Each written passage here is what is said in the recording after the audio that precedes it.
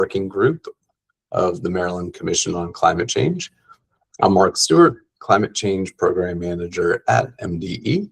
Happy to be facilitating today, and I will turn things over to our wonderful co-chairs, Kim Coble and Mike Powell, for opening remarks. I just say welcome on Earth Day. Glad that everybody could join us today. Kim? Yeah, thank you, everybody. We're all still standing, which is a great achievement at this time of year. And I'm leaning a bit, though. Yeah, I hear you there. But anyway, great to see y'all. Thanks for joining. Awesome. And I'm limping today. My team decided to host a capture the flag game at the end of the workday yesterday. Folks, do not start sprinting for the first time in a long time if you haven't started sprinting in more recent years. It's painful. It's my hamstrings are killing me today. So I wanted to start with just a brief announcement from MDE. We've launched a new Clean Buildings webpage. Let me drop the link for you all in the chat. Mike, can you mute? We're getting feedback. Oh. Thanks.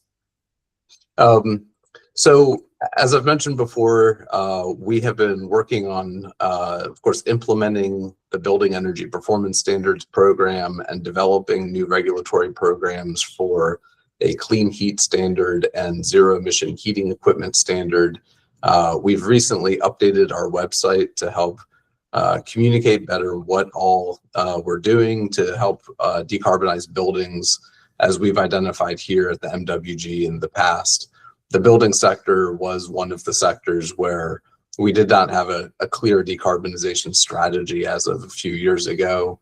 And thanks largely to some of the work that happened here at the MWG, I think it was in 2021, the MWG endorsed a building decarbonization roadmap, and we now have a number of policies, including BEPS and forthcoming clean heat standard and zero emission heating equipment standard, really building off of that roadmap that the MWG endorsed some years ago.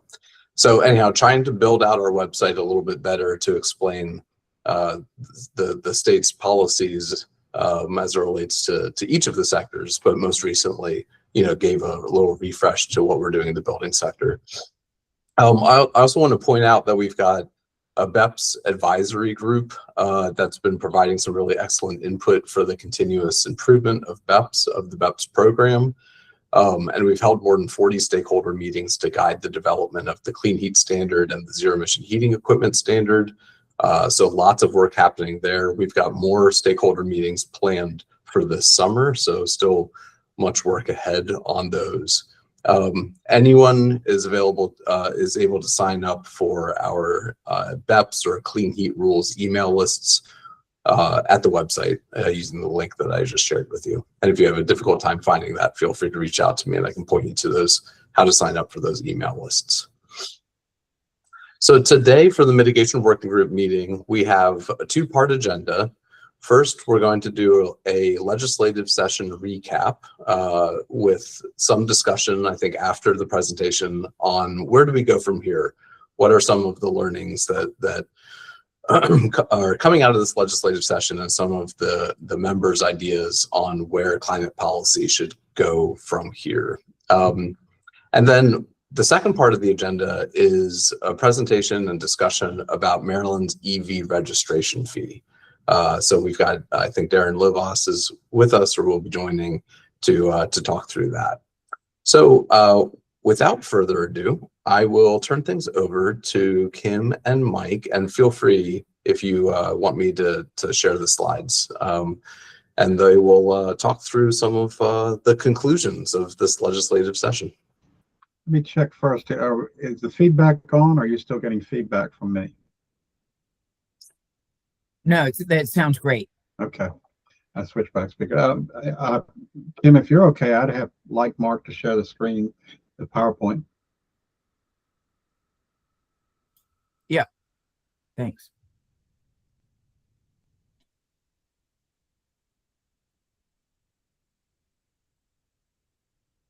You can, I think just a preliminary remarks I would make, and Kim, if you want me to go first, or if you want to go first, I'm fine either way. But it should be no surprise that this session was all about affordability. The discussions about climate bills often then became also discussions about affordability, particularly if they involved energy. If the issues you'll see about power or something like that, often the debates became whether a particular climate measure would raise or lower electric rates, for example. So I do think that this was a session where climate was, in my opinion, not the focus of the session in any shape or form, even though the issues being debated often had very significant impacts on climate. Kim, do you want to add something there? No, I actually just emphasize that it was, in fact, I have done a couple interviews on this last session, and that's the key point. Is it wasn't even the Utility Relief Act was an accountability bill. It wasn't an environmental bill, and so for my organization and similar organizations, we worked really hard to interject good, clean energy policies in the affordability conversation. We believe, obviously, that they're hand in glove. So it was a lot. It was a different approach this year than we had to do in years past. I'm going to go to the next slide, Mark. This is what we're going to talk about as we go through this. But to again reemphasize what Kim and I have said, you often became an issue of fighting over an affordability issue on a climate bill. So there would be arguments on each side. One side would argue that a particular climate proposal, particularly Republicans would argue, but some others as well, that a particular climate language would raise energy rates. The other side would argue, though, in fact, those things had the effect of lowering the cost of electricity or lowering how much was paid for electricity. And that's what I mean by the discussion became often more about what the impact of a particular climate issue was on cost rather than the particular impact on greenhouse gases. Not that the arguments over greenhouse gases weren't made, but it seemed to me, at least, the decision was primarily made on predictions on what it would happen with the rates. Okay. You want to go on to the next slide? So the first thing we're going to do is we're going to go through the items that are in the climate pollution reduction plan and summarize where we are in each of those issues. And I want to thank Jared for putting these slides together for us, sort of summarizing where the issues are. Next slide. And Kim, interrupt me if there's any point that you want to comment on these. Most of the debate, and Kim, I know you'll want to comment on this, and Ian may want to throw in a couple comments for us as well, but most of the debate was about money, as I said, and particularly money from the C funds and the alternative compliance payments and what that money was to be used for. The money, at least, was primarily intended when it was collected to be used for climate purposes, for things like subsidizing renewable energy, reducing consumption of energy that might have been produced by fossil fuels. Large portions of the fund were instead used for rate relief, or I think there were some sustainability components of some higher education construction projects. There was $72 million were invested in for heat pumps, but far more money, I believe, went to issues beyond the normally expected. From my perspective, subsidizing energy rates is it might be justified from the standpoint of helping people with their bills, but it's counterproductive from a climate standpoint because the cheaper electricity is, the more people use it, more electricity that is used, as long as so much of the electricity is from fossil fuels, the more emissions you get. Kim, you want to comment on this, and then I'll see if Ian wants to throw something out too. Yeah. You know, the SEEF funding was a big part of our conversations with legislators, and you get money from the SEEF gets money from Reggie, and it gets money from alternative compliance payments, and we and Delegate Stein supported an approach that said here's the basement of what has to be funded, and it was based on last year. So at least $365 million of the SEEF dollars need to go to energy efficiency, energy programs, anything around that climate. And that's basically what was spent last year. And so we said, that's the floor. You can't go below that floor.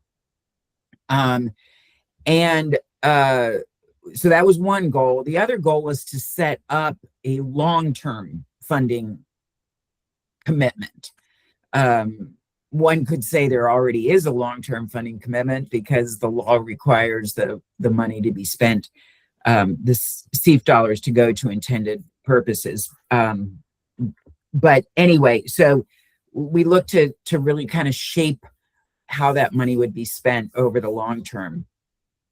And on the first one, as Mike pointed out, the governor, I don't know roughly where it ended up. Maybe he put in about $310 million towards these climate and energy programs. And then the House and subsequently the Senate took a little arm wrangling, added an additional $100 million. So they're north of $400 million for climate and energy programs, which is a good thing. But it's a 1 year. We couldn't get anybody to make a commitment for the years out. But we knew that was going to be a stretch, but why not give it the good college try? So, Ian? Well, in terms of SEEF funding, yeah, I think that the total SEEF spend, actually, let me back up. I'm still trying to find out how much SEEF was actually appropriated in the General Assembly session. And it actually, DBM and DLS are working on that right now. So that's actually the truth. Just doing sort of back of the envelope math, I think it's, near $800 million, okay, in total spending. That's not all for climate, just to be clear. I think for climate, the MEA budget came in around 400 million, I think. And then another 100 million, like you said, Kim, was added on. Most of that is for the heat pumps. That's 72 million that you see there, as well as 23 million, I think, or something thereabouts. That was for MCEC to really boost the C3, the Climate Capital Catalytic Fund. So, I think that is a substantial increase in climate funding. I think it's an absolute record that the state has never spent that much on climate funding. I'm happy to be proven wrong, but that's my view, is that it's a record year. But I agree with Kim that doesn't mean that it's a durable investment year after year after year. So I think that it's still going to be subject to, next year's budget and the budget after that there hasn't really been anything to really cement that into place. I do think that the political conversation was important this year, that Kim and others, on this call and off, sort of tried to force the issue. And I think that's going to be an ongoing conversation as to sort of, how the state wants to utilize its resources and how much of that is going to be utilized for climate and for, clean energy and energy efficiency, and how much of it is going to be available for other purposes. I think that's an ongoing conversation. And let me just add, and I don't know if Ian, if you want to comment on this, I was trying to look at the numbers too. One of the things that made it complicated is in some cases, I think money was taken and backfilled for things that were already going to be spent, like I think it was something like 23 million for, quote, sustainability activities at University of Maryland. that project was going to be done either way. It's just that now it was being funded out of CEF rather than being funded out of other funds. So I wouldn't call that a new investment in climate issues, even though it was a sustainability initiative. It makes it hard to figure out how much additional investment we really got. The other thing I don't know if you can comment on is this was a lot of money spent this year. I had the impression that we're not likely to find those kind of funds available in the CEF and ACP going forward. Of course, if we're successful in deploying renewable energy, the amount of ACP collection should go down anyway. But is there any kind of prediction about what's likely to be there in future years? It's hard to make predictions, right? As Kim mentioned, the CEF is made up primarily right now of two funding sources, right? RGGI is a quarterly auction of, essentially power plants that emit, fossil fuel plants. They have to pay for that privilege through the sale of allowances through RGGI, right? Those are quarterly auctions, and it's a market. And so I think, it can be hard to predict the market, right? Because it's not just based on the cost today, it's also about what the expectations going forward.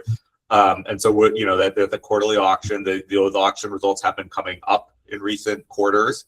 The next auction is in June. We'll see what that one looks like. But I think, it can always be a little bit perilous to try to predict the market, right? So that's that. And then ACP, as you pointed out, is dependent on, a lot of factors, right? One is how successful is the state in boosting renewables, solar primarily. That's part of it. But then there's also functions in the current law, right? Which is that the requirement to buy RECs is increasing rapidly as we approach 2030, right? And, to the extent that those RECs are available at a price that utility companies are willing to pay, then that will reduce the amount of ACP that gets paid. To the extent that it's cheaper to pay the ACP or there aren't enough RECs available, then we'll see more ACP getting paid. And because that too is a multi-state market, right? Because Tier 1 RECs don't have to be purchased in Maryland. They can be purchased anywhere, not even just paid PJM, but even PJM adjacent in some cases. What happens in Maryland is not the only factor. We can do a great job of trying to boost renewables in Maryland, but if in other states are changing their laws, or the market in Virginia is changing, or other places, or what's happening with land-based wind in Iowa or Indiana, will have an impact on how many RECs are purchased in Maryland. And so it's a pretty hard market to predict. I appreciate that. And I would add one more comment, which is just everybody keep in mind that to the extent that the climate pollution reduction plan for energy is successful, this money gets less and less, right? This money is the alternative for shortfalls in the progress toward all renewable energy. So that I don't think you should count on this as being essentially large sums of money for indefinite periods into the future. Any last comments on that one, Kim or Ian, before we go on to the next item? The multifamily buildings, EV ready. This was one of the issues I think that the mitigation work group particularly flagged this year as a priority. And it's the problem of a lot of condo and HOA associations were forbidding EV charging equipment. There was already a law in the books allowing somebody who had title to a particular parking space in a condo or housing association to include EV charging equipment. The bill that was passed made it against the law for a condo association or HOA in their restrictions to forbid charging equipment at a common space. There are still some restrictions. HOAs are able to look at the availability of common parking spaces and deciding whether to put EV charging into a particular space. But I think this was significant progress on this issue. It now becomes much easier for people in a condo or HOA association to get to EV charging equipment added to the parking lot. Kim, any? The modifying Empower. I think, Kim, you may want to start the lead on this one. What happened with the Empower program? Yeah, this is one that I would argue that in some ways it's not simply no progress, but progress in the wrong direction. The Empower program is used for energy efficiency in low to moderate income households. Been very effective. And if you think about it, it's helping these households become more energy efficient, which means they'll be using less energy, which means there's less emissions and there's less expense. So in many ways, this is a great program to reduce electricity rates as well as emissions. So it's good. It's effective. The legislature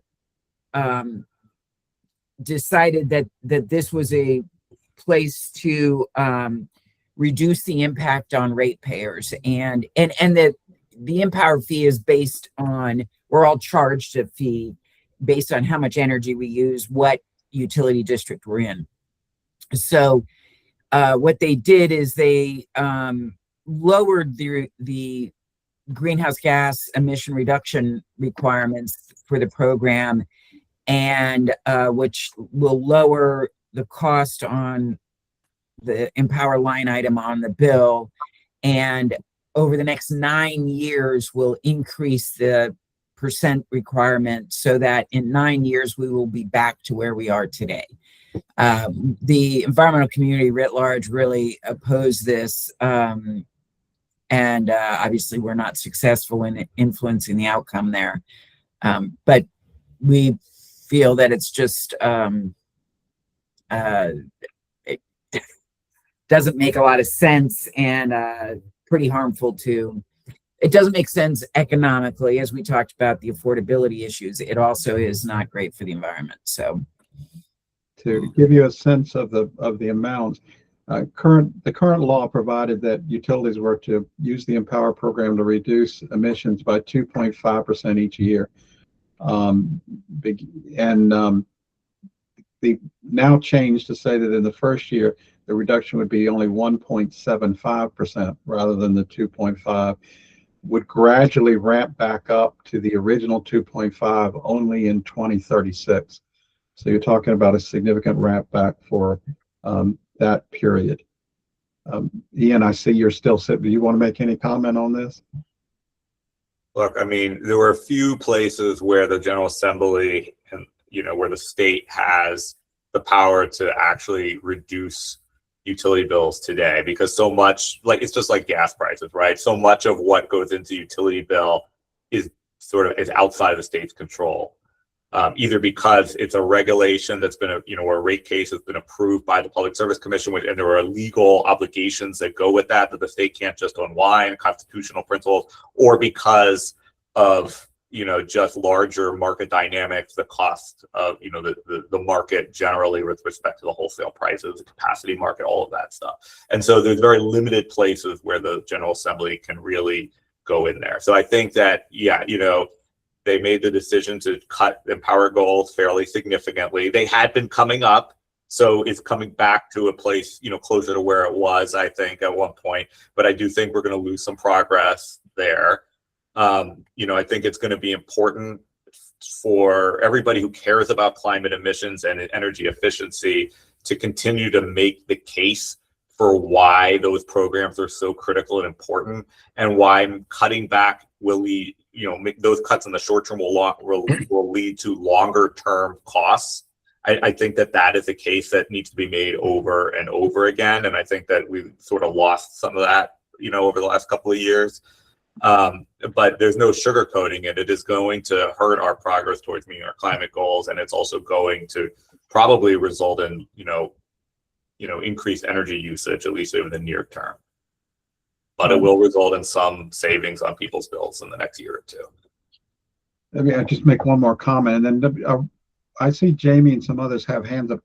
Mark, did you want to take comments? Do this. You want to have comments at the end of the presentation? Your call. I think taking comments throughout is fitting. We've got a good amount of time for this agenda item. Good. That's what I wasn't sure of. I'll just comment that I made much the same issue that Ian said when I gave a speech on this the other day. I said that the General Assembly put a lot in this bill that they hope will have benefits on rates for the medium or longer term. But frankly, there weren't wasn't much else they could do in the short term than this. There just are not many levers for them to get a short-term reduction but this. Jamie, I think you were the first one with a hand up. Thank you very much for this presentation. It's been really helpful. And I just want to emphasize what Ian is saying. And there was actually a report done by ACEEE, and they found that while the proposed cuts to Empower would reduce expenditures by about $639 million, it would increase expenditures by about $1.2 billion, for a net increase of over $500 million, because every kilowatt hour that you don't eliminate through energy efficiency, you've got to go out and procure somewhere else. And in the current environment, that means also increasing the capacity auction price at PJM. So it's just reinforcing what MEA has found, and what Empower analyses have found, that for every dollar we spend on Empower, we get $2.21 in benefits. Marylanders have reduced their energy bills by $15 billion cumulatively through the Empower program. And Empower, over its lifetime, has reduced energy demand by the equivalent of 2 Calvert Cliffs. So if we had never created Empower to meet the energy demand that we would need without it, we would have had to build 2 new Calvert Cliff power plants. So this, I think, is very similar to the idea of like cutting Medicaid spending, where like in year 1, you can see savings, you can see dollars in your hand, but very quickly the entire system becomes a lot more expensive. In the healthcare portion, it's because people don't get preventative care, and then they get more expensive late-term care, and that drives up costs for everyone. Similarly, in energy efficiency, if you don't do the affordable thing of energy efficiency, you end up having to get the power more expensive. And I linked to the graph from the ACEEE report in this write-up I did about what was in the Utility Relief Act, which I just put in the chat. Thank you. Okay, Nathan, you were next up. Yeah, thanks. I think I'm just going to add in, and I see there's a Jennifer Mizrahi's comment, and I think it was Jamie's recent comment here. If ever there was like a cutting off your nose to spite your face, I think this is it. So I think it's really important for us to think about what we can do on in this group to kind of highlight that, frankly, it's just others have made the point better than I could, I think, already. But basically, these are often the least expensive options to find reductions in both electricity usage, but also emissions. And so it's just a absolutely contrary way to try to save money. I get all the points that have been made about this is the one thing that was viable to kill on the bill, or on utility bills, but again, just disappointed that was the outcome. In terms of looking ahead, I wonder, applying our collective creativity here is a good strategy. Already, many good studies I think have been done, even talked about today. I do kind of want to ask us and invite sort of further reflection and discussion, if we can, at some point, about how it might be better on, say, utility bills to demonstrate the savings from Empower fees, and or otherwise make that more overt in the discussion, so that these kinds of maybe single-sided mistakes don't maybe happen in the future. But understood all the reasons and thoughts that went into it by the legislators and legislators. But that's it. Thanks. Thanks, Nathan. Let me just make one comment just in passing. One of the challenges we're going to face is I think that rates are going to go up again. The latest reports from PJM is this summer we can expect another rate increase. And I think it's an uphill climb to make a change in Empower or anything else that would have an upward impact on short-term rates, even if the argument is that it would have a negative effect on long-term rates. So I'm not opposing the idea. I'm just saying keep in mind that that's the hill you have to be prepared to explain and climb. Ed?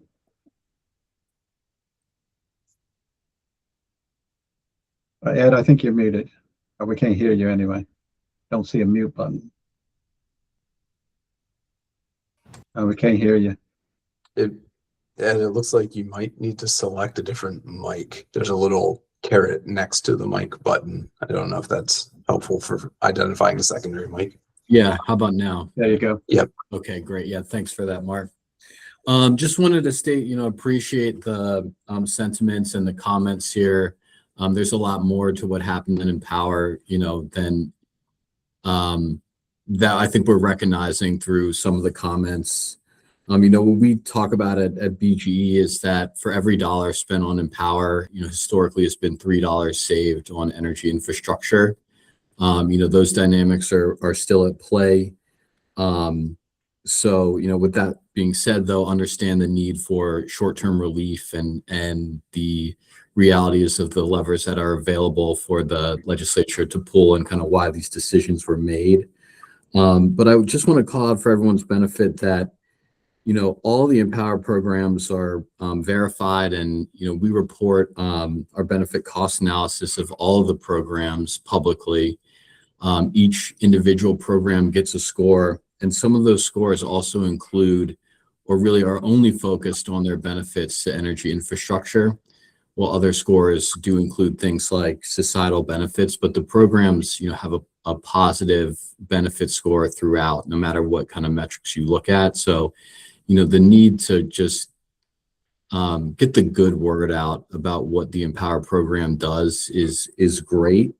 But just for the benefit of everyone as well, just to think about the changes of the program's goals from greenhouse gas from energy efficiency impacts do change the dynamics somewhat. The goal is no longer aligned to reducing energy use. Now, those things are highly correlated to greenhouse gases, but if what you're looking for is affordability, there's just a change that should be, considered. And then also in talking with the folks who run these programs, there's changes that happen rightly over time, what is allowed under the programs, but some of our what are found to be the most cost-effective programs like lighting have been pulled out of Empower. And so the cost effectiveness of the programs themselves also will change and continues to change. And those dynamics are, I'll just say, up for debate as to which program should be in and what's allowable and what's accountable. But luckily the state's already also working on that unified BCA to make sure that we're at least all reading from the same playbook when it comes to, how effective and how we agree on the cost effectiveness of programs like Empower. So there's just a lot to unpack there. I wanted to add some of those dynamics to the conversation. Thank you. Okay, I don't see any other more hands. The last item on this report was EV purchasing incentives, which are obviously a major priority of the work group. That is to provide some kind of incentives for electric vehicle, particularly given that the federal incentives have gone away. There was nothing on that last year. I don't even recall a bill that got a committee hearing, frankly, though there might have been something that I missed. Given the state's fiscal situation, I think it is particularly hard to expect significant sums to be devoted from the general revenues, because they're looking at a larger structural deficit next year than was faced this year. Kim, any comments on that? Or Ian, if you want to throw something in too. No, and I think we're going to be talking more about EVs in the second part of the meeting, so we can pick it up there too. The only thing I'd say is that it wasn't modified, it also wasn't cut. They kept them the same. That's the only thing I would say. That's a good point. Okay, again, for the recommendations, they did pass a bill that provided for a system for reporting on federal and private flood insurance programs. I didn't work on this bill. I don't know, Kim, if you did. My sense was it's just a matter of keeping people advised of what their flood risk was as projects were developed within the 100-year floodplain. Do you have any comments, Kim, before we go to Jennifer? No. Okay. Jennifer? I had just put in the chat a comment that some time ago, the Climate Commission took a field trip to Calvert Cliffs so that people could see for themselves some issues. And we haven't taken very many field trips as a commission, but I'm wondering, do people have ideas on what people could see to help them understand how reducing energy use through going green can help save money? Are there any sort of ways where we can tangibly show this to members of our commission, but also to legislators who we might invite to join us on such a trip? I mean, that's obviously up to the group. I think it makes some sense. You might want to look at Calvert Cliffs. It might also be worthwhile visiting a community solar project being developed, since those seem to be so controversial these days with a lot of local opposition. But I think field trips are a good idea. Okay. The Climate Education Month. The bill was introduced. I didn't work this one, Kim. I don't know if you had any thoughts on this. It did not pass.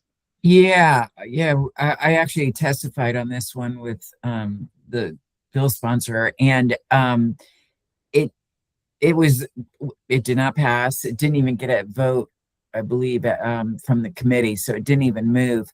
But I gained some particular insight on this, and that is that on the day of the bill hearing, it was us and I don't even know, 20 other commemorative months. All sorts of things were being named or allocated or this or that. And so I think if we were going to go at it again, I think if we did it again, it might be our third or fourth attempt to try to get this education month into law, that we really need to start now. It's not just have a really great bill hearing. There's a lot that needs to go into play. So I know Jared's working with Amy and everybody on it. So yeah. And, on the other hand, they did make the megalodon the state fossil. Well, that bill was up at the same time ours was, so I listened to that whole thing, and there's something to say for visual aids. Just leave it there. Okay. Well, there's an answer for how to get it passed next year. Yeah. The last one, this slide, is the heat pump market transformation. We've already referred to that there were $72 million for investment in heat pump. Ian, is there any comment you'd like to make on this one? I'll just say, MEA is going to work on how to deploy those funds. It's probably not going to be a 1-year activity. We'll probably try to stretch it over 2 years. That's my guess right now, but exactly what that looks like, I don't know yet. There's also some rumors, which may or may not be substantiated, that the IRA home energy rebates may actually get unlocked. But in which case that, some of that money is also for stuff like this. And so we're trying to figure all of that out. We don't know what's going to happen at DOE. But we're going to, we have to work through that. This funding is money in hand, so to speak, right? So we're going to work on how to deploy that. And then, we'll also keeping our ears open to what's going on down down 95 in DC as to whether or not we're also going to be potentially deploying $136 million in home energy rebates over the next couple of years. So we'll see, or a subset of that. Yeah. Thank you. Okay. I think that's all of our recommendations, but we want to go to the next slide, Mark. We're going to go through what actually did pass, which is not necessarily what our recommendations were, but there were some legislation that did pass. The next slide. There was a bill on requiring the University of Maryland to conduct a study on climate change, homeowners insurance, emergency disaster preparedness. This really, in my mind, falls within the category of preparing for and dealing with the consequences of climate change as opposed to stopping climate change. And Kim, if you want to comment on any of these, feel free. You want to, that one you probably worked on, or did you work on? First one on the list. Yeah, we supported it, but we didn't really work it. But yeah, go ahead. The second one, again, if there's someone from the farming community wants to comment, because I didn't work on it, but there was a recycling program that passed with a $250,000 annual appropriation to to deal with recycling would have some benefit to greenhouse gases. There was a new PSC approval deadline for community solar systems to qualify for agricultural use assessment.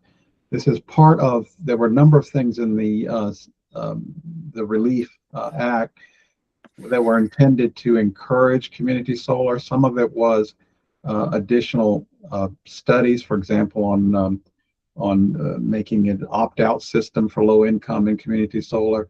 Some of it, I think, was counterproductive, looking again at net metering in a way that may raise costs. But this at least was something that would have helped community solar. There was a provision requiring more planning by local jurisdictions on resilience and ecology, basically a reference to the climate plan. Again, Kim, if you want to comment on any of these, feel free. These were relatively minor bills in terms of the bigger issues, but at least they did pass. A bill on the planting of native trees, and then a provision dealing with state highway administration, sidewalks, bicycle pathways, etc., prioritizing that. Any comments on any of these? I don't want to speak for MDOT, but I'll just say that sidewalks have a pretty significant contribution to greenhouse gas mitigation. It's actually surprisingly substantial, but I would let MDOT, if they want to speak to that, but I wouldn't dismiss something like that. Yeah. Anyone from MDOT comment on that on the line? Yeah, so this is Darren. I'm here, and I think I'd agree with Ian, and it's in the sense that these are inexpensive improvements that can be made compared to, for example, transit investments, right? So in that sense, when you aggregate enough of them, you can move the needle basically. So yeah, so that's I'm glad to see that on the list, frankly. Thank you, Darren. Okay, next slide, Mark. Again, and these are relatively minor bills largely, but they did pass. So there was something even in this year that passed. Permit applications, what that deals with is that originally introduced, the bill would have required all new buildings over 35,000 square feet to meet the predicted, in the case of EUI, and current, in the case of net greenhouse gas emissions, requirements under the state BEPS requirement. It was amended to require simply notice of any building that would be a covered building, because it's over 35,000 square foot being built, and what kind of energy source was used. It doesn't require that the building comply with BEPS, but it requires basically a list to be compiled of what new buildings are and what buildings are being built. Kim or anyone else, any comments on this one?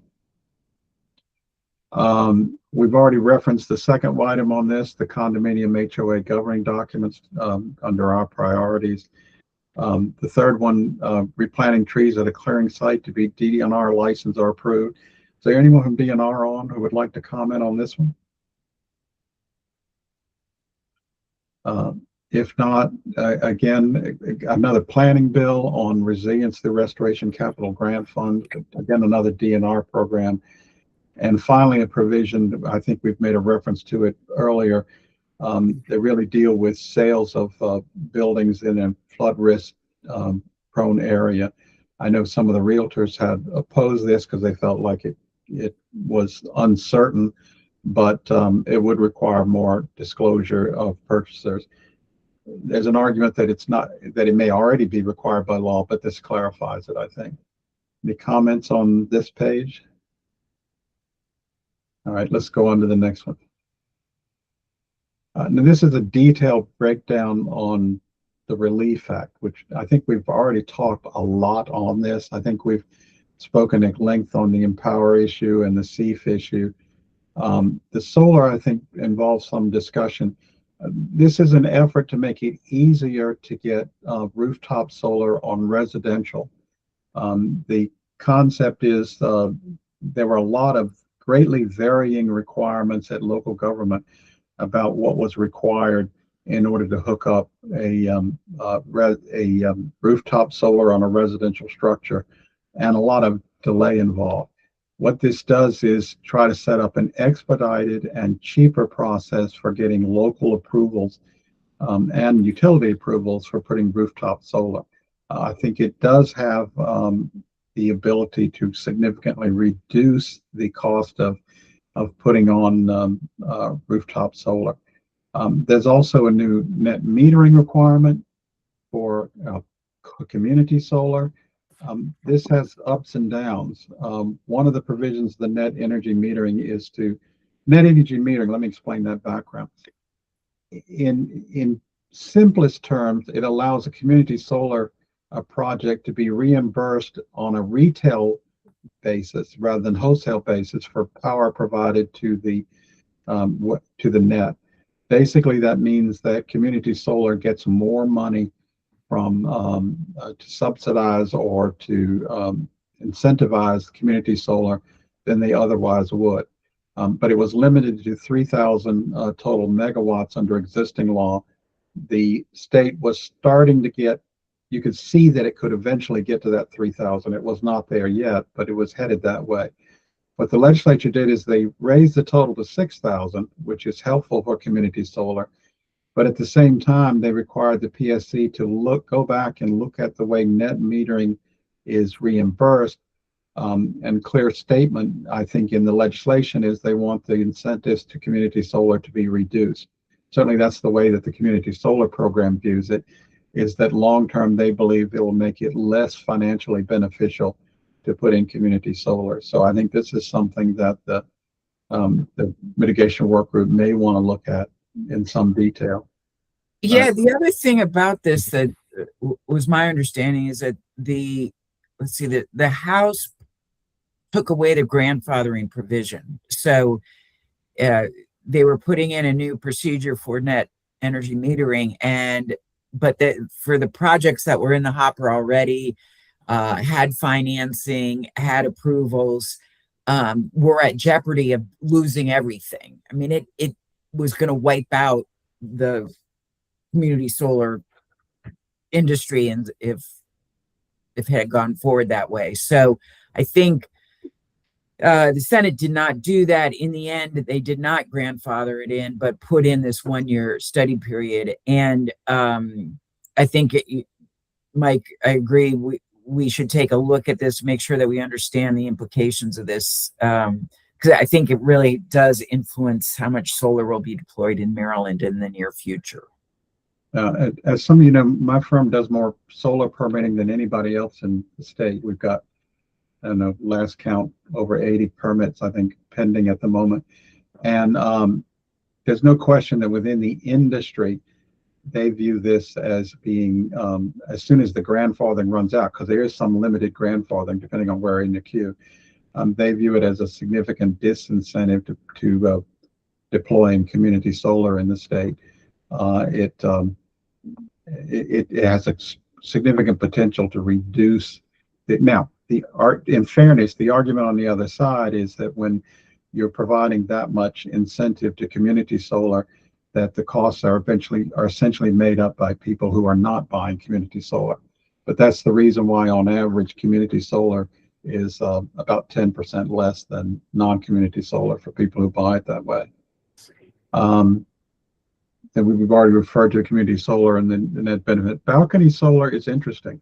We're only the third state in the country to adopt a community solar proposal. What is community solar? If you've been to Europe, you'll see these are fairly common. I think you need balcony.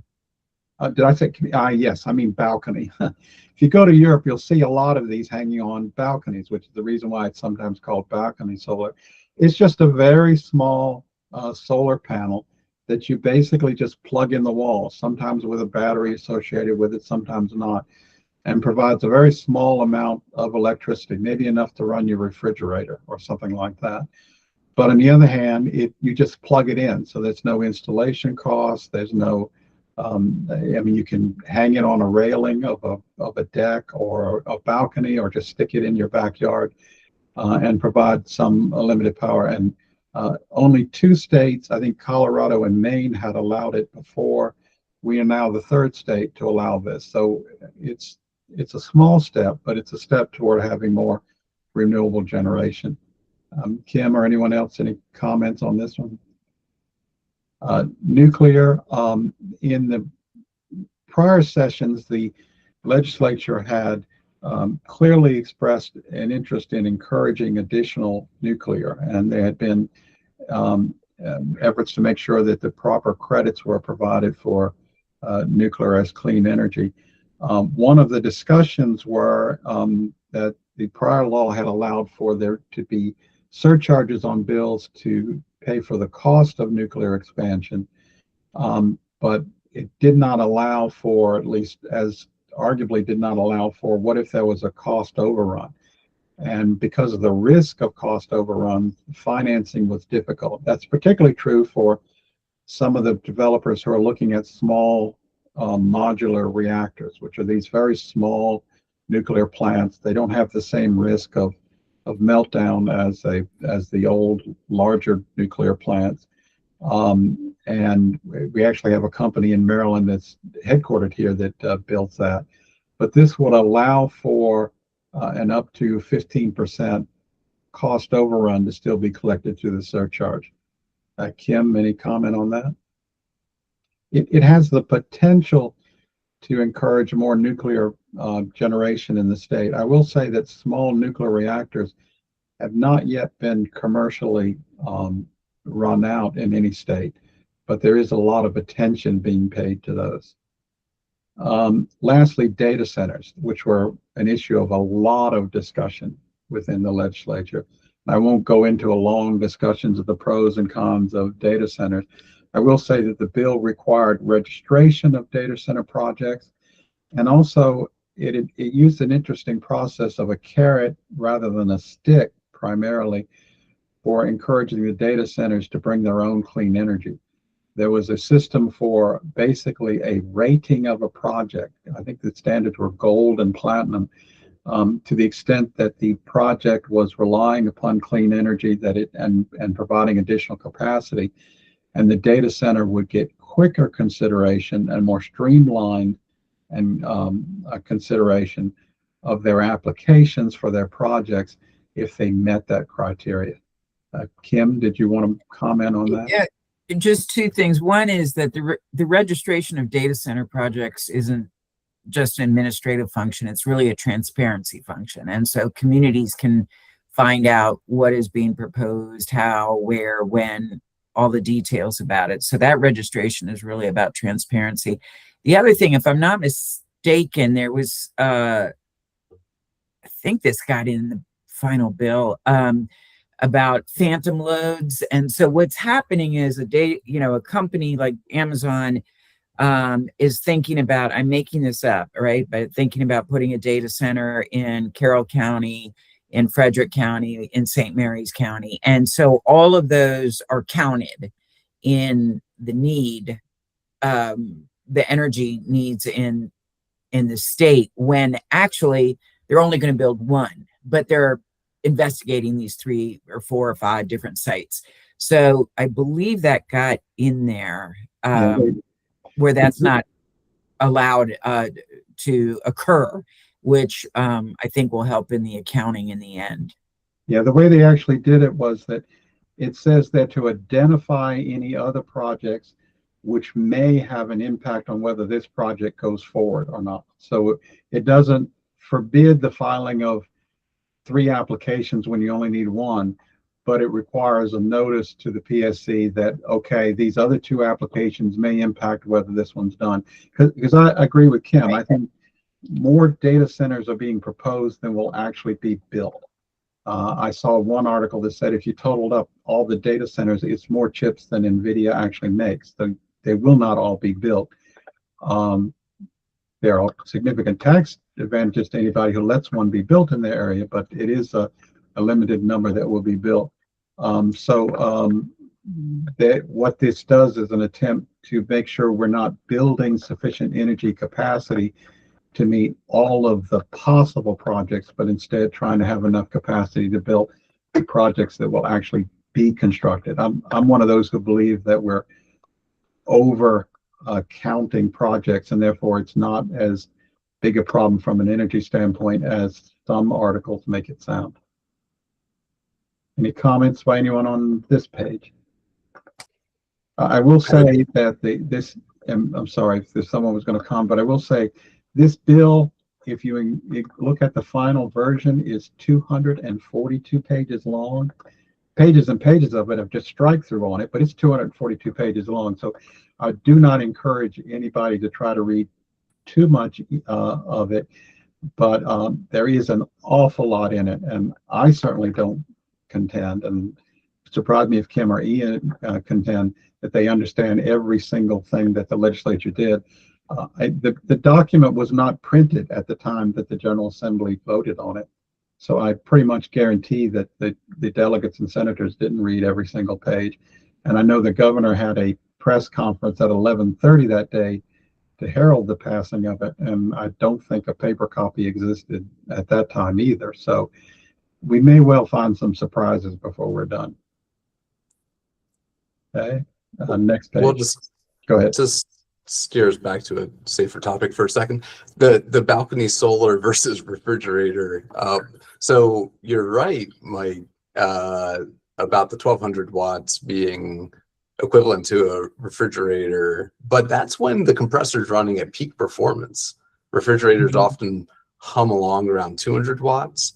So if you installed, a 1200 watt system, you could be powering 6 refrigerators. Now we're getting somewhere. That's good stuff, right? Yeah, no, I encourage everybody to look at getting one of these, right?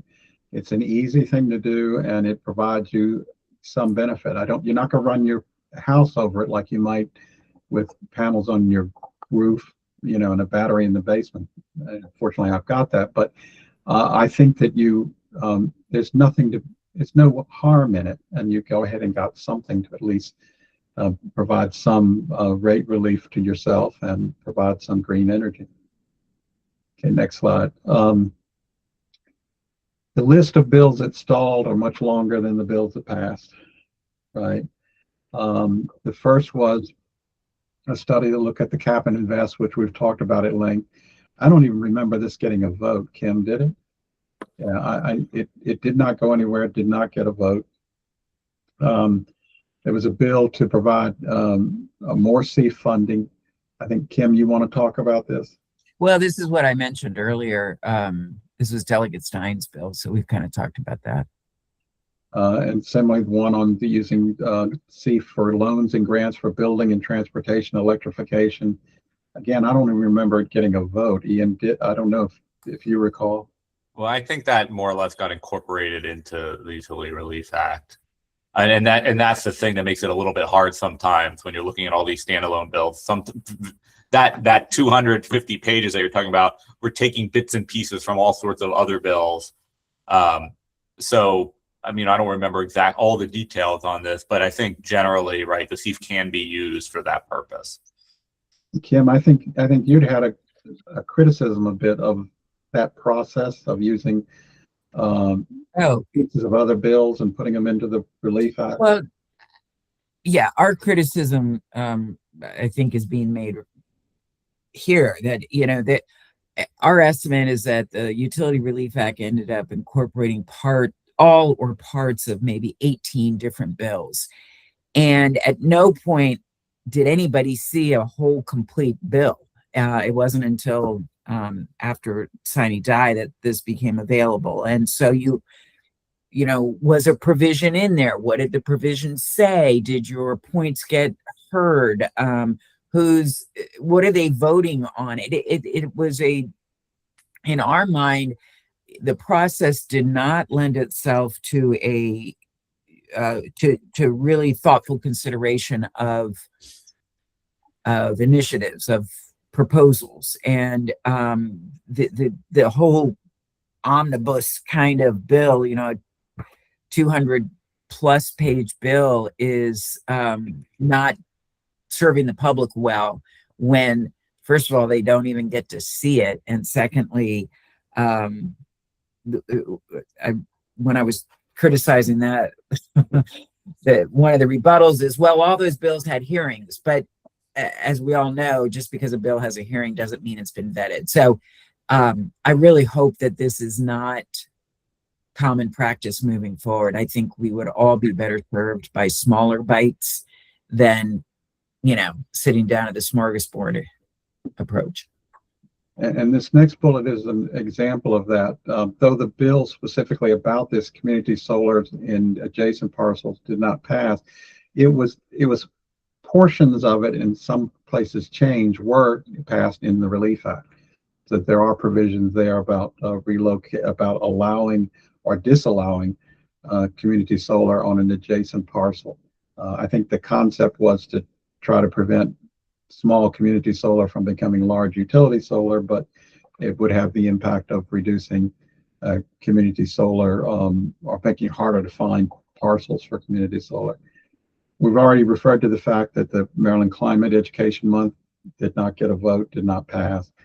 The next to last bullet there is the at-risk census tract. That's the Cherish Act. The Department of the Environment, and I'll mention Jeremy Baker by name because he really did a huge amount of work on this, made a very spirited effort to get it to pass. There was a lot of attention on it. I don't believe that it got a vote in the committee. It clearly did not pass, and my memory is that it did not pass the vote. There was a lot of fighting over how much of the state falls within those particular census tracts that were identified. It was a pretty extensive area, included almost all of Baltimore City. I know one of the issues that arose is that it included parts of Columbia and all of the Trade Point Atlantic. And there were also discussions about how it applied or didn't apply to renewal of permits as opposed to new facilities. But the Cherish Act didn't pass. Kim, you want to comment on that? Yeah. Yeah, this is one place that Mike and I were on opposite sides of the coin on this one. And, this bullet doesn't really characterize the bill. What the bill was about was explicitly allowing MDE to look at multiple permits when making decisions when you are in a overburdened, underserved community. So it's called cumulative impacts. If there's a proposal for a permit and there's 6 other polluting emitting industries around them, MDE needs explicit permission to look at that. Otherwise, all these industries will sue MDE, and they don't want that risk. So, laudable goal, great goal, right goal.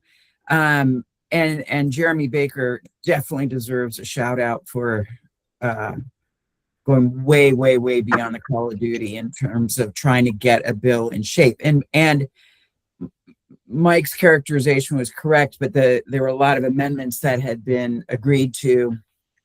Renewals were out. The definition of the permits that this would be applied to got narrowed. And there was, in our mind, a pretty reasonable approach moving forward, and just couldn't get it over the finish line in the end.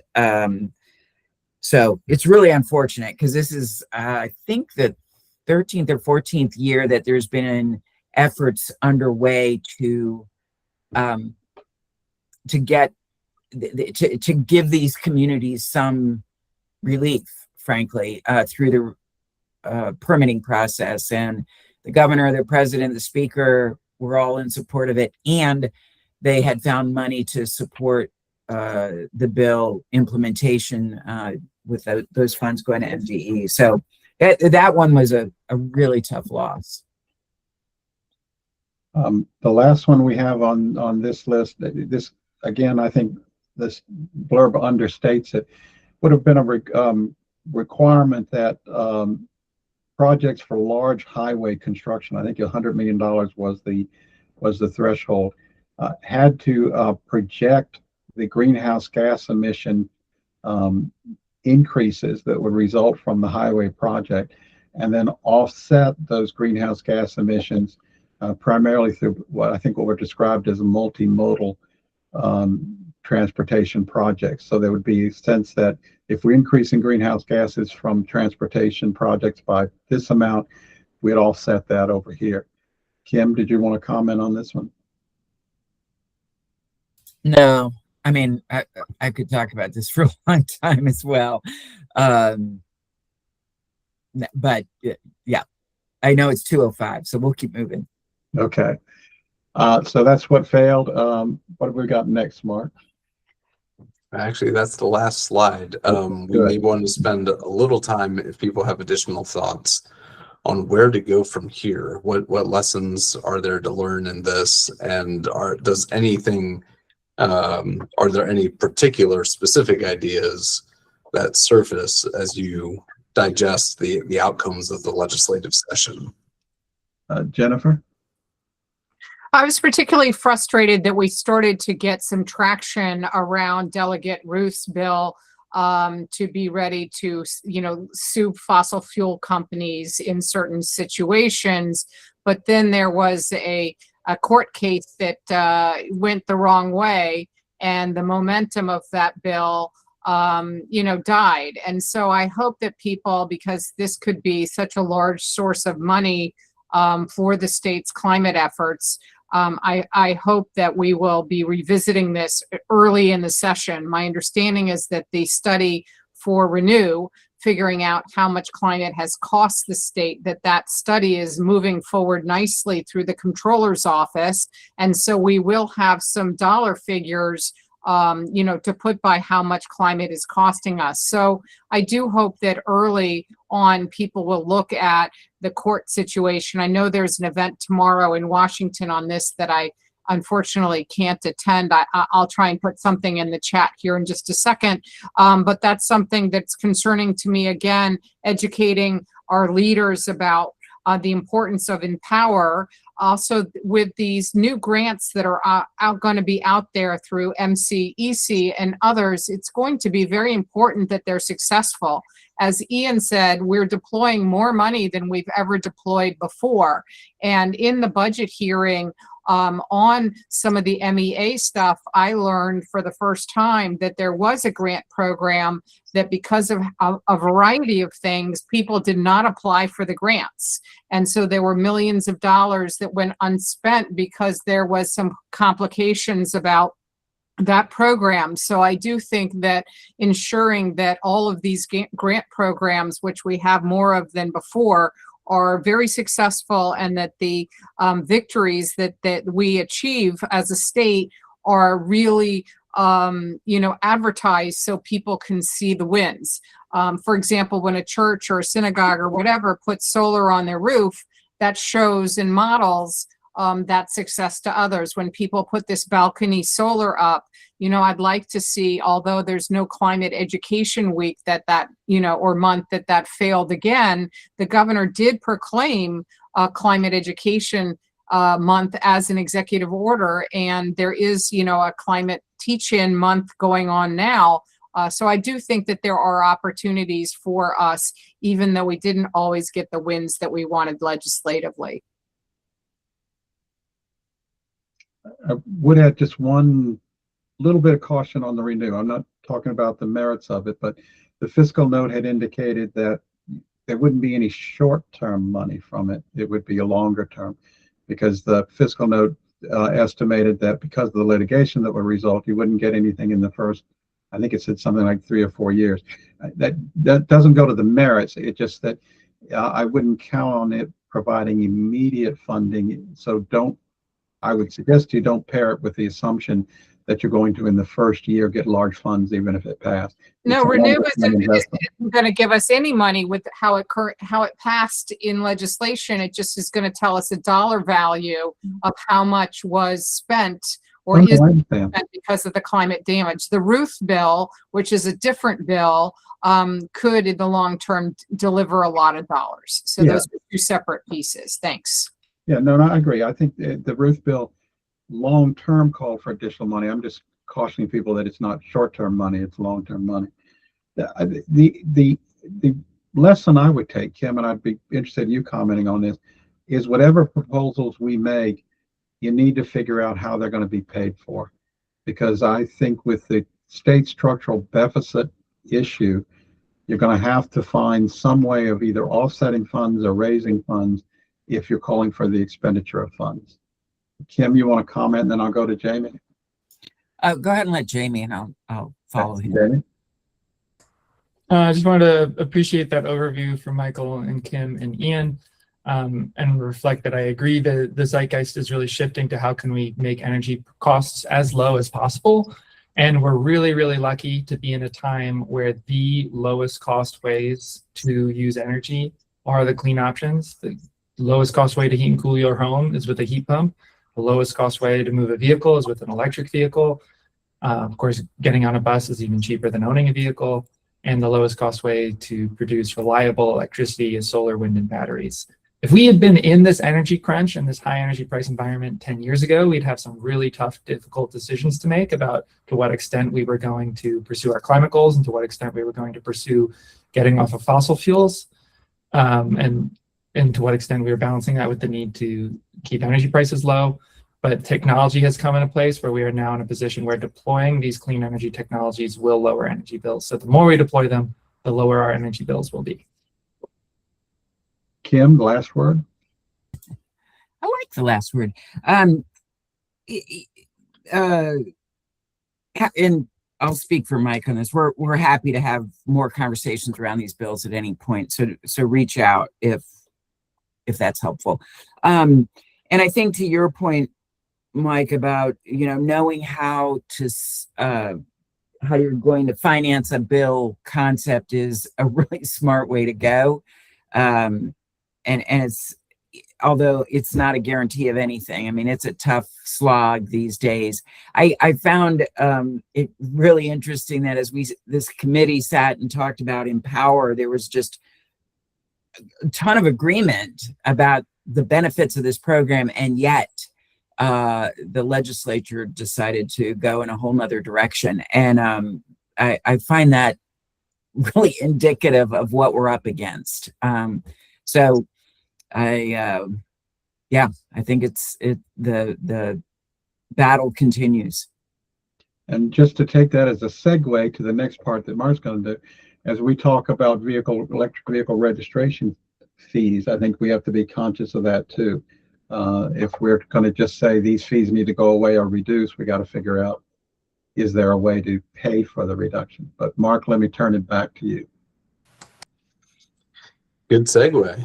Well, I'm going to turn things right around to Darren Lobos from MDOT, who has graciously accepted the invitation to give the MWG some background on the discussion that led to that informed the debate about creating this EV registration fee. Its context, and to whatever degree, Darren, you're able to discuss, its future or conversations about it. That'd be great.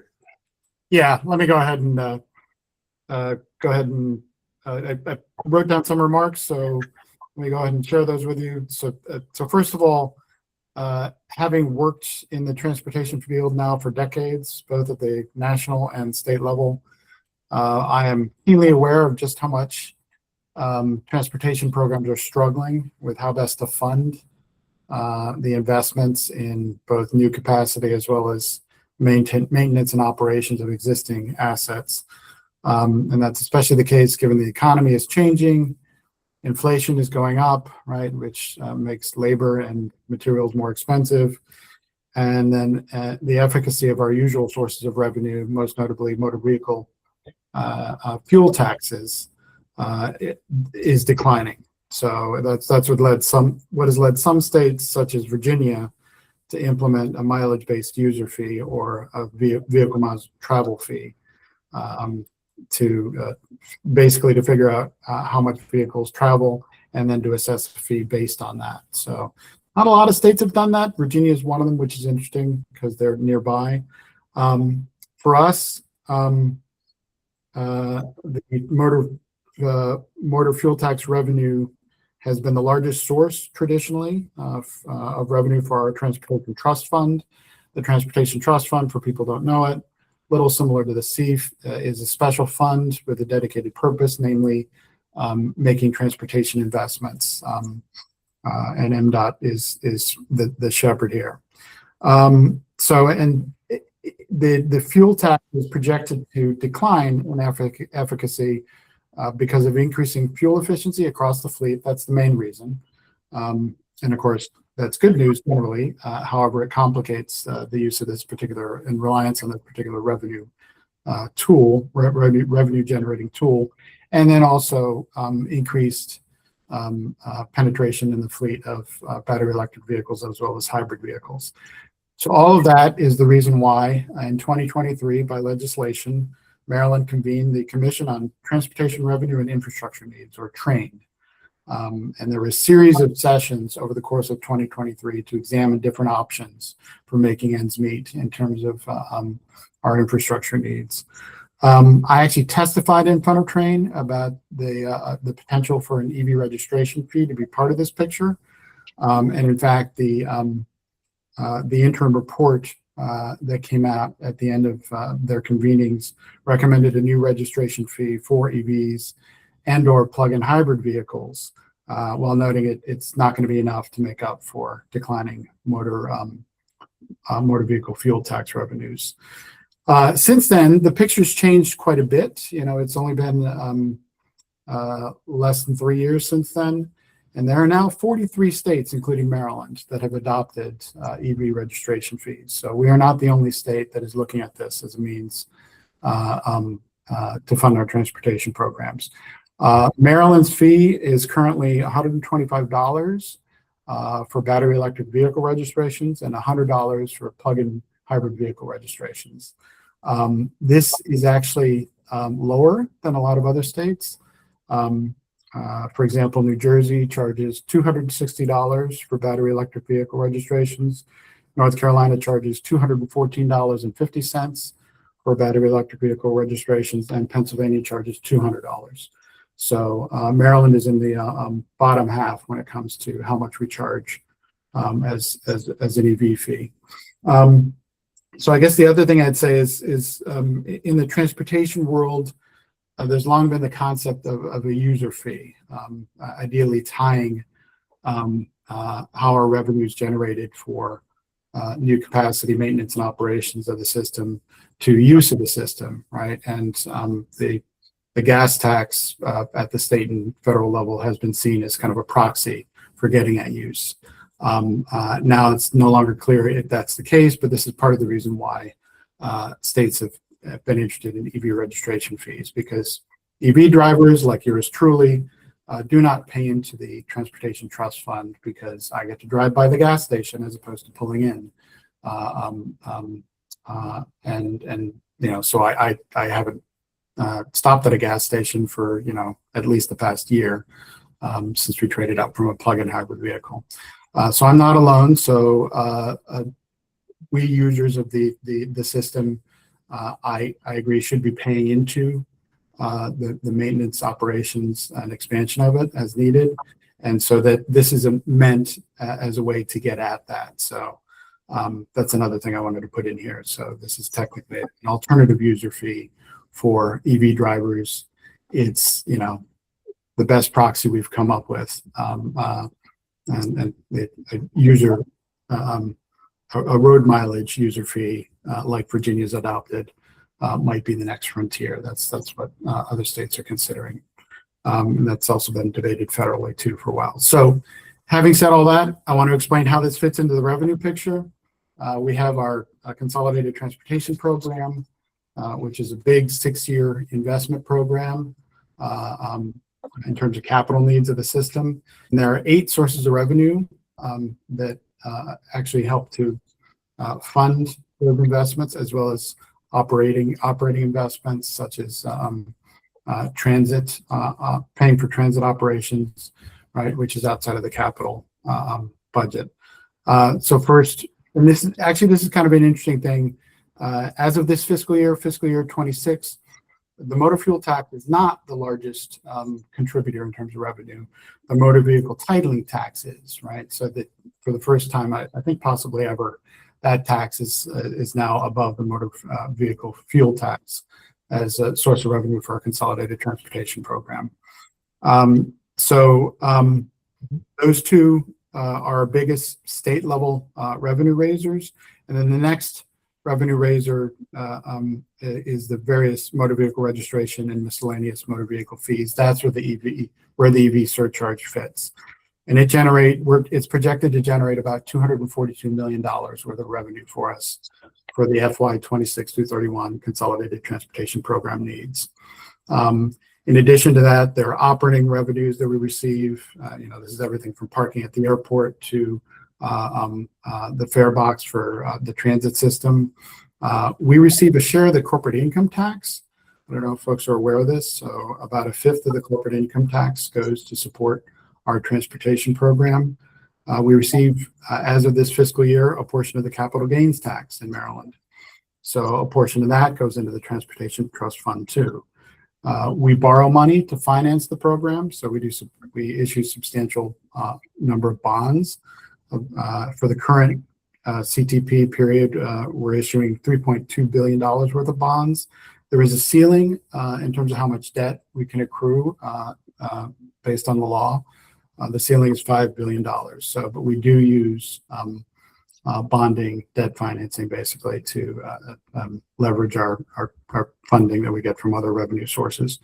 And then the last piece is obviously federal aid. Federal aid, we project that'll pay for about $9.5 billion worth of investments in our 6-year transportation program. So in sum, this is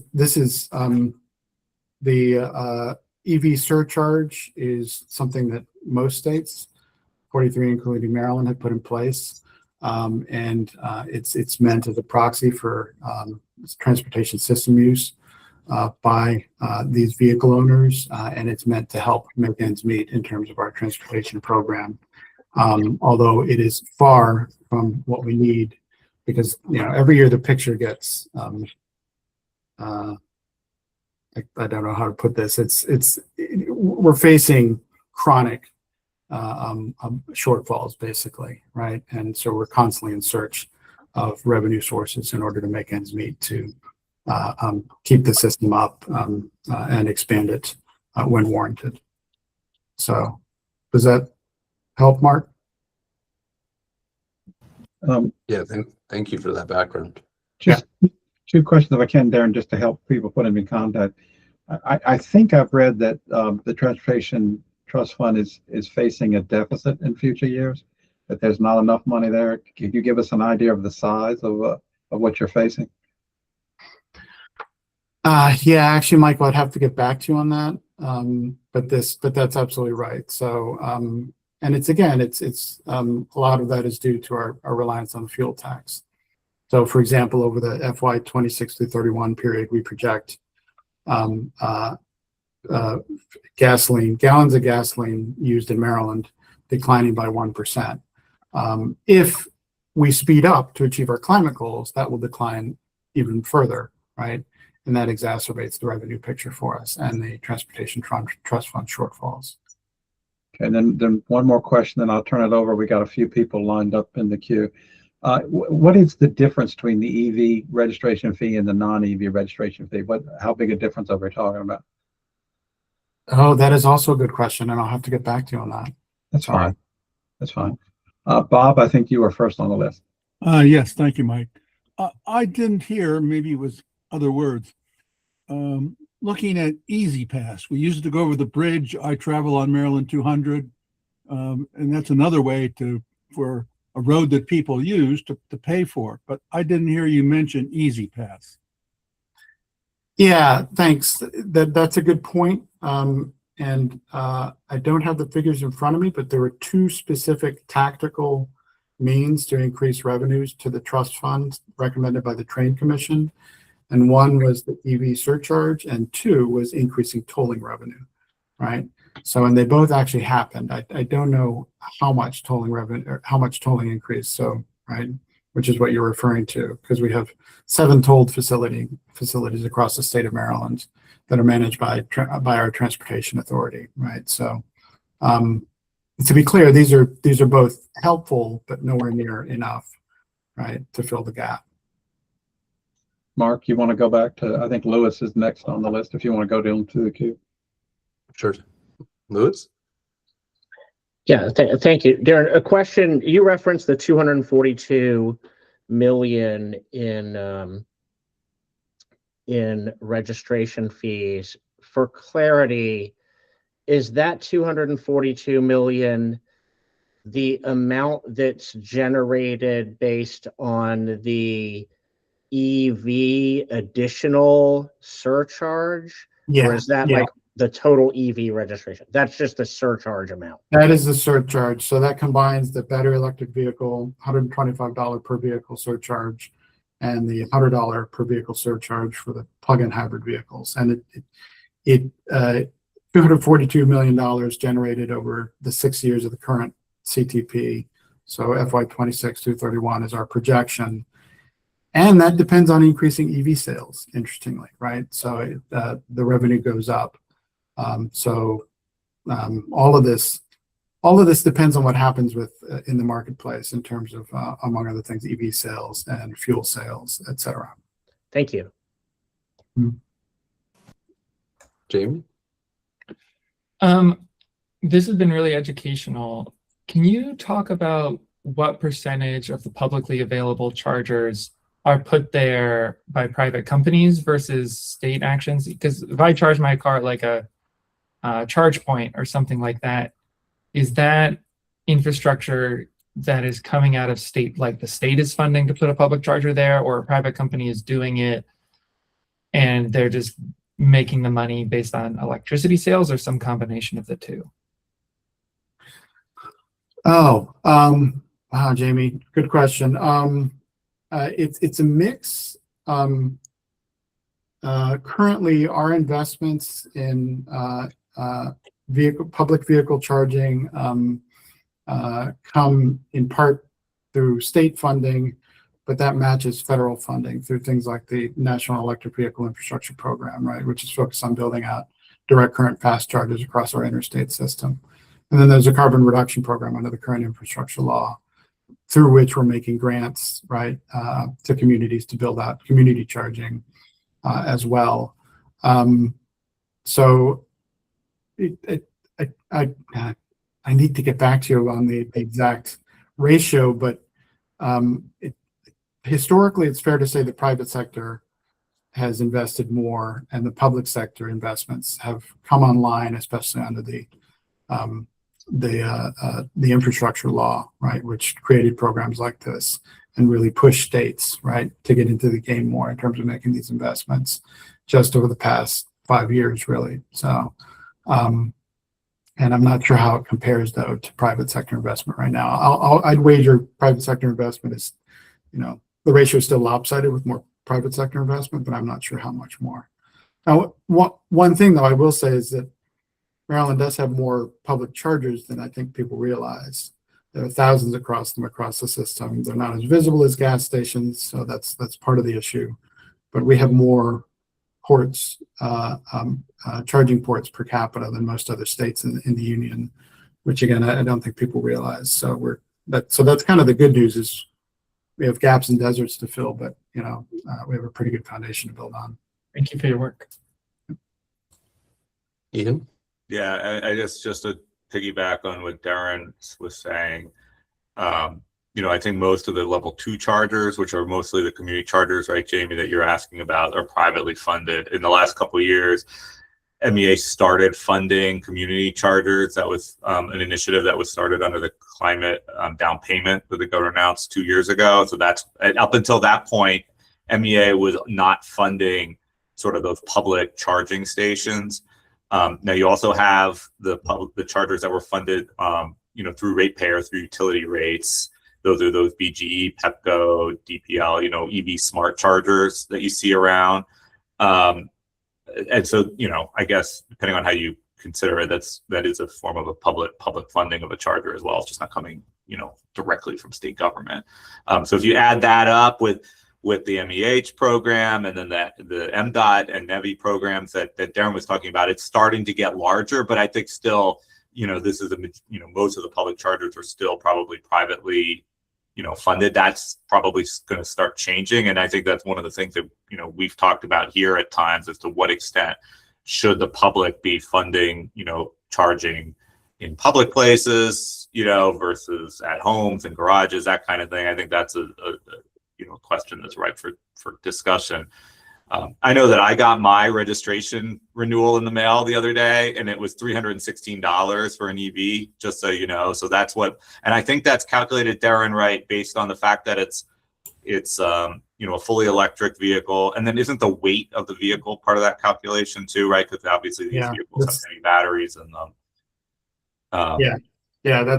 So that charge probably includes the EV surcharge for battery electric vehicle, any additional charge for just getting a vehicle, and then also based on weight. So the weight thing, that's a relatively new policy as well. And that actually, in my mind, wear and tear on the system is partly a function of the weight of the vehicle, right? So there is some rationality to that. So, but sorry, you got such a.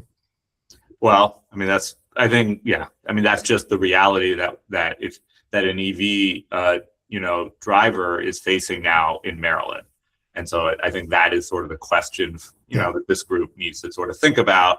To what extent is that registration appropriate? To what extent is it a disincentive to drive an EV or not? It may not be, when you consider the cost of a vehicle, but it does eat into the savings that otherwise it accrues from not having to, pay for gasoline and the maintenance savings. So it's just something to be considered. Mike? Yeah, I was actually just going to make the same comment I think that Ian made, that for Jamie's purposes, one of the issues we've had some discussions about here is to what extent should public money continue to focus on public charging, or are we missing the low-hanging fruit of the second car, somebody who's got a garage and got a driveway? And there is funding available through MEA to help for that now, but are there ways to make that more accessible? Is that a good choice, or should we continue to put it, because there's obviously other issues there. So what about the people who don't have driveways and don't have garages? But that is a legitimate question for discussion of where do we think from a climate standpoint the money is best spent. Well, and just to add to that, that's an especially good question right now when oil and gas prices, which historically have been much spikier and higher than electricity prices in this country, are again causing heartburn for consumers. So what's helpful for them to consider trading up to an EV? Yeah, we're in this weird situation where the sales of new EVs are actually crashing. On the other hand, the used EVs are really cheap. But you got the issue exactly what Darren raised, which is if you got an EV like I do, you're not paying for gas tax, and so you're not subsidized. You're being subsidized for the use of the road. So it's a trade-off. Mark, I'm back to you.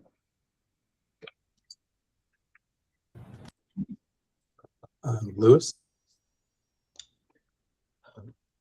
Thanks, Mark. Sorry, my camera doesn't seem to be working. I've got it on and off. But Darren, a question about Virginia. I think that Virginia's plan is a voluntary option, right, for mileage-based user fee. Have you seen if there's any sort of assessment if it actually ends up generating more revenue, consistent revenue, or potentially even lost revenue? Because if I'm a vehicle operator, I'm gonna, if you're not really careful, right, you can do the assessment that says, hey, I pay less under the MBUF, so I'm gonna voluntarily go to that plan as opposed to continuing to pay a fuel tax, for example, because it's not only on electric vehicles, if I recall correctly, that MBUF.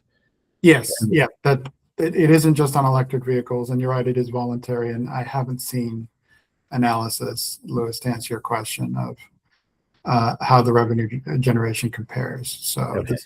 this is sort of, and I'll just comment as someone again who's been in this field for a few decades. I know you've been in it a long time as well. The road user charge as a concept is not new. The question is, what does it look like when you implement it, right? So we should really pay attention to the handful of states that, like Virginia, that have moved forward to try it, right, in order to figure out what might work here in Maryland. Sure. And it might warrant, if we want to talk more about this, Mark Stewart, right, the Eastern Transport Coalition is really active in looking at this. That's essentially all the states, all the way from like Florida up to Maine. They're looking at it more on the revenue side, both from a car and truck aspect. But in as much as that might tie to, you know, the discussions we're having about options to replace the registration fee surcharge, they're doing a lot of work. And in fact, the director lives in Maryland. In fact, she testified on the pilot program bill that was introduced for passenger cars this session. So.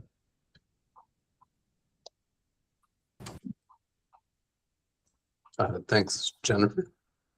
Yesterday, I attended the Maryland Clean Energy Center's fair that had a bunch of different Maryland startups. Were pitching their new ideas so that they can get more private sector investments. And two of them were in this space that were interesting. One of them with a much cheaper battery charging station solution that they believe will be much better at maintaining the ability to keep them functioning, because right now so many of them are broken for such a long period of time and it takes so long to repair them.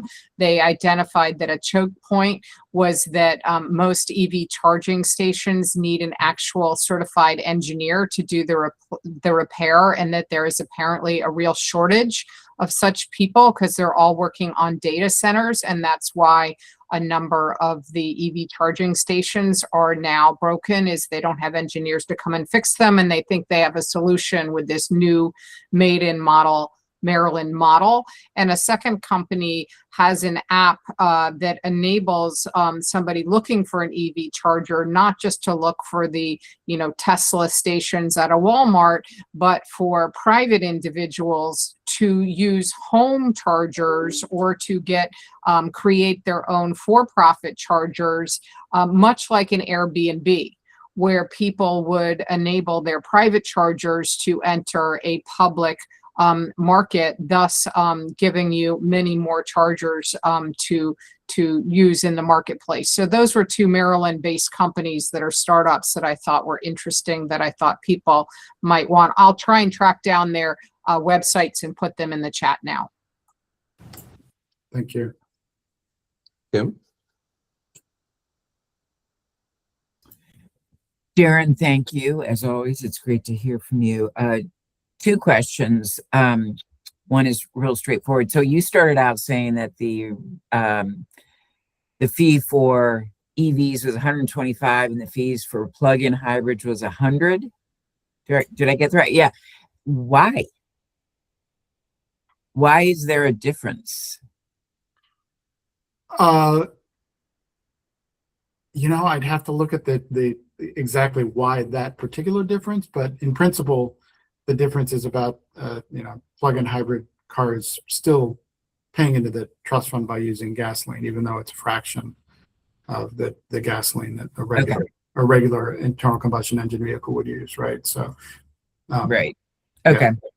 Yeah. My second question is more philosophical, but as we're looking at things in this committee, and EV deployment is a big one, right? The more we could get out there, the better. And we talked about registration fees and infrastructure support and all those things. And I'm just wondering, from your perspective, what do you feel is the right answer to getting more EVs deployed?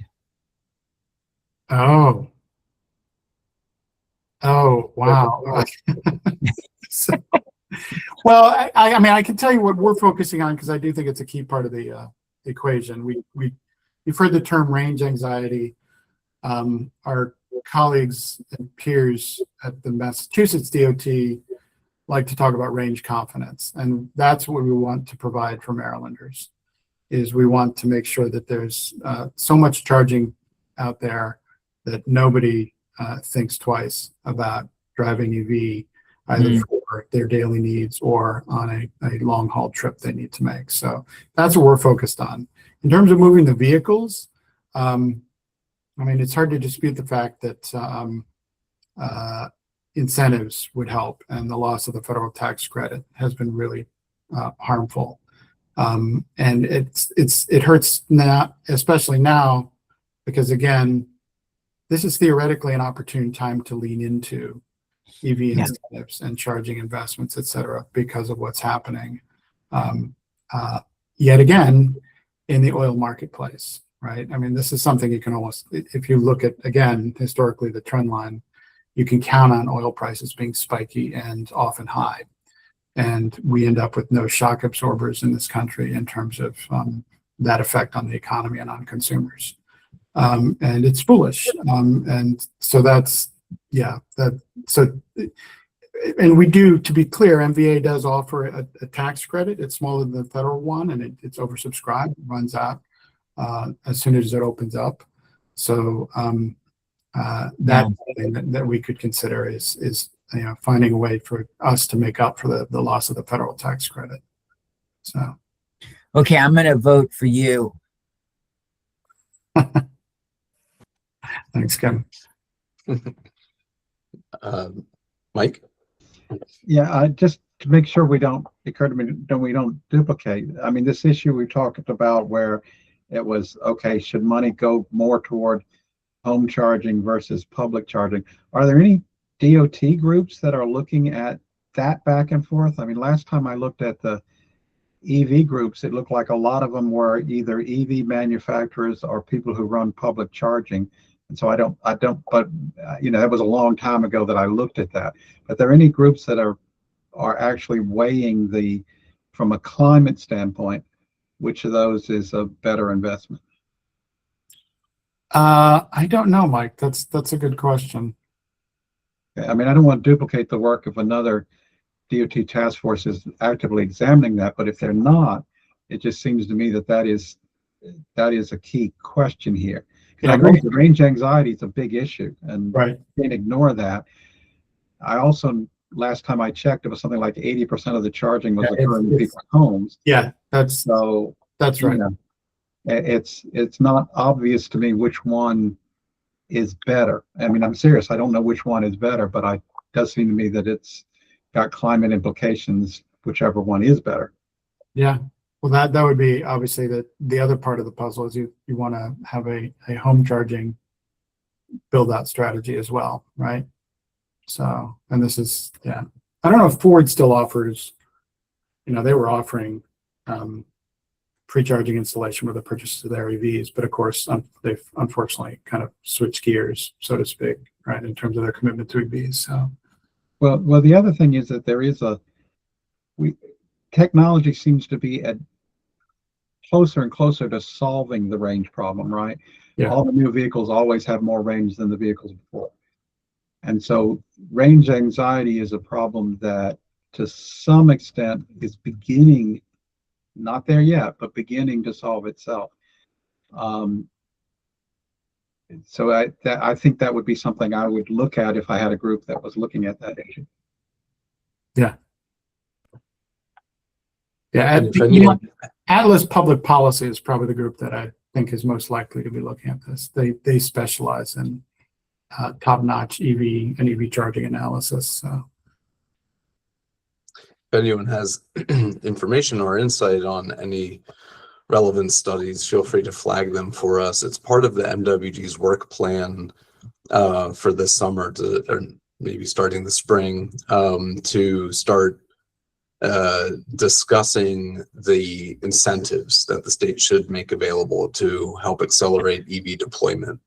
And we will need to gear up for that conversation around how much and in what format do you give that to the buyer of the vehicle at the time of the vehicle purchase versus the installation of charging equipment. And is that for home charging? Is that for public charging? So there's a big structural conversation that we're trying to frame up for a future meeting. So if anyone has information on studies relevant to the effectiveness of incentives and where those incentives should be directed, that'd be great.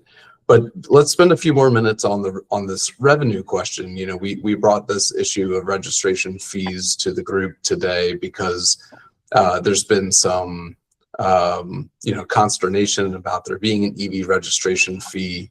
For those of you who are part of the MWG back in 2023, you might remember that the MWG recommended at that point that the state fund EV incentives with an increased registration fee on light duty fuel burning vehicles. Specifically, the MWG recommended, to fund the incentives proposed in recommendation 1, and that's where the MWG recommended a new structure for the upfront purchase of EVs. The state should equitably increase the fee paid when fuel burning light duty vehicles are registered in Maryland. And you all in 2023 approved that, 16 in favor, 1 opposed. When we wrote the climate plan that same year, we leveraged the work that the MWG did in putting forward several funding ideas.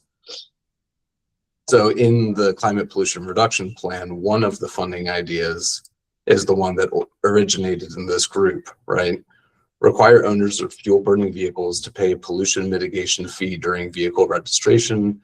If the state decides to increase the registration fees for EVs, which the state is currently considering because EV drivers do not pay motor fuel taxes that currently fund road maintenance projects, then the fee increase on fuel burning vehicles should be at least as much as the fee increase on EVs.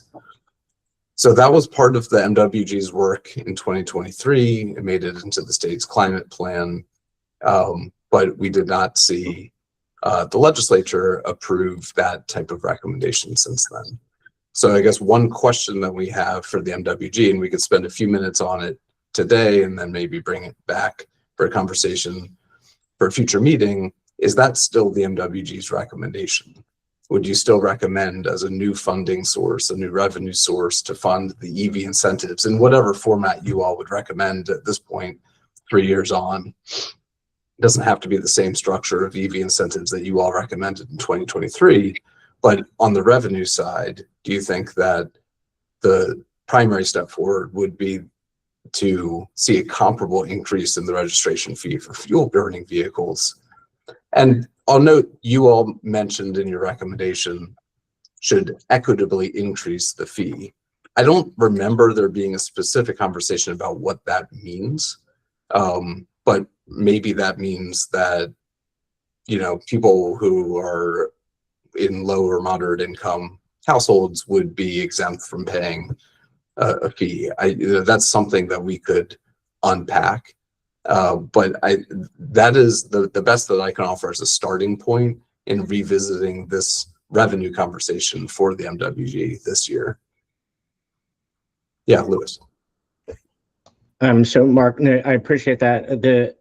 The one thing I think you have to keep in mind, if that's going to be a recommendation, is that there were massive increases on vehicle registration fees of all types that just happened in Maryland, right? It was phased in over a 2-year period.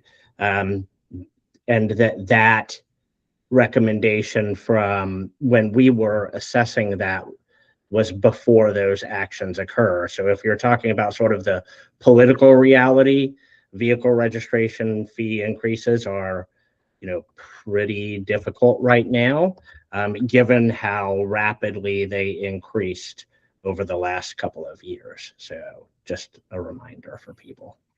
Yeah, sure. Thank you. Jamie? And I think that the precedent exists that on top of those vehicle registration increases that have occurred, they topped the EV charge on top of those. So I think it makes sense to have a comparable charge on top for the ICE vehicles. It's very similar to Reggie. You know, we make the fossil fuel power plants pay into Reggie, and then we use that money to invest in clean solutions. We don't make wind and solar pay into Reggie to invest in clean solutions. It's I think it would make sense to continue as a recommendation to have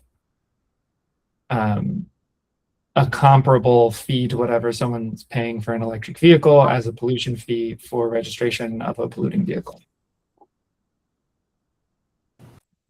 Mike?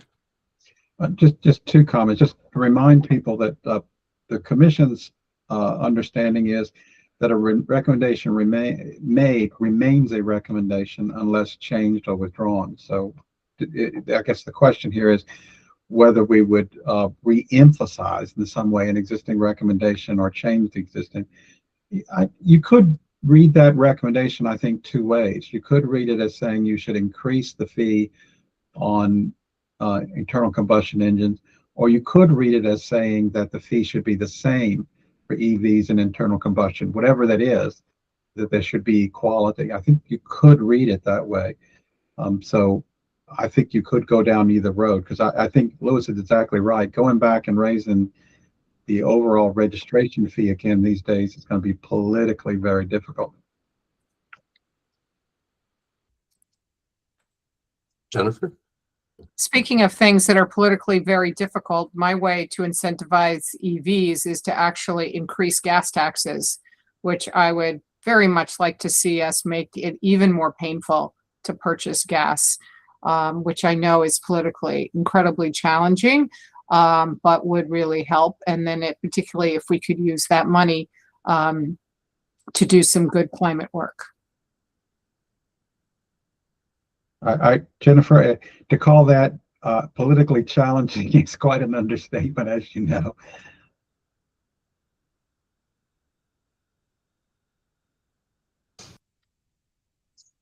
Well, since we're all grabbing firmly the third rail right now, any other bold ideas before we move to public comment? I think we will, the steering committee, of course, will digest after this, following this meeting to consider where to go with this conversation. We didn't quite knock it out of the ballpark with landing on a recommendation today, surprise, surprise. But there will be some continued conversation on this front. Any last comments from members or commission members before we turn to public comment today?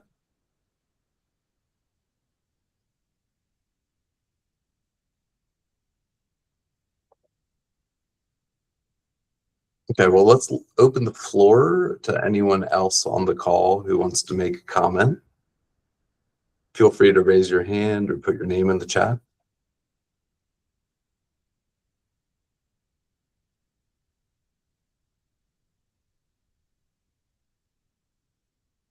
We must have driven everybody speechless. Jeff Silva's coming through for us. Go ahead, Jeff.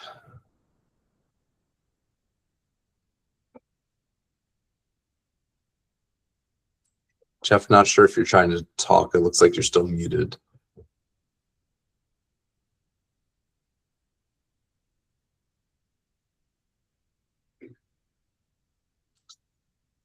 Jeff, not sure if you're trying to talk.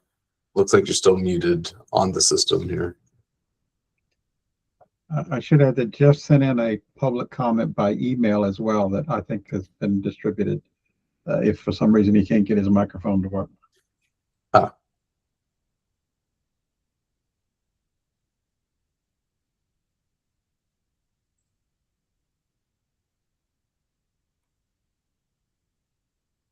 I see that now. Okay. All right, Jeff, sorry if you're having mic issues today. We will distribute your written comment to the members. Any other public comments today or final comments from any of the members before we hand it back to the co-chairs to adjourn?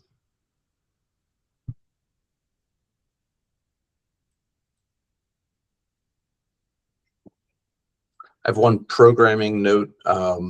As I've mentioned previously, we are conducting a study this year on the costs and benefits of clean fuel standards. It's a policy that's exists across the West Coast states. Not a lot of action on that policy front on the East Coast yet, but a number of states are interested in it, especially as we've seen a rollback in some important federal policies in the transportation sector. So we are going to, in the May meeting, the May 20th meeting, I think, if I have my date right for the next meeting. Yep, May 20th. Going to have our contractor available to come to the mitigation working group to discuss the scope of work for that cost benefit analysis that they'll be running this year. Yeah, Mark, I was going to make the same point because I know we had some comments in the chat about biofuels, and I know that the department still is working on low carbon and biofuels, and this meeting, the half of the meeting anyway, is divided to electric vehicles. I don't think it's meant to be an exclusion to low carbon fuels or biofuels as a possibility. Right. Jamie? And sorry, I meant one more question for Darren, if that's all right. I meant to ask this earlier, but I was just wondering if there had been any analysis of what the $70 per port fee on level 2 chargers would be on those smaller level 2 chargers, which sometimes don't make much money. And I know that's being considered in the works, and wanted to see if there's any impact on any analysis of what the impact would be on those level 2 chargers, which we're talking about as being really critical here. Oh, Jamie, I assume you're referring to the Department of Agriculture weights and measures charge, right? Yeah, I believe so. As far as I know, no, that hasn't been analyzed. And that's, interestingly, that hasn't spread as much as EV registration fees, but a lot of other states are wrestling with weights and measures charges, right? So I don't know if, so they're relatively new, so it may be hard to analyze them. So that's actually, and one place to look is Atlas Public Policy, and I put a link to their work in the chat, and they have a stable of analysts who are looking at issues just like that. So they may have done some early analysis. It's probably hard to tell, as I said, though, because these are relatively new policies just being implemented now by states. Well, I'll take a look at that. Thank you. It seems important to know, because any policy that's going to reduce the number of chargers in the state when we're trying really hard to find the money to build more would be a big problem. Yeah. Thank you.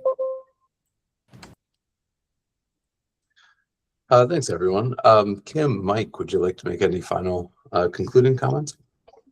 I don't think there's much left to be said. I think one of the things I would sum up this meeting is to say that that money, no surprise, remains a major issue to be confronted in any policies we recommend.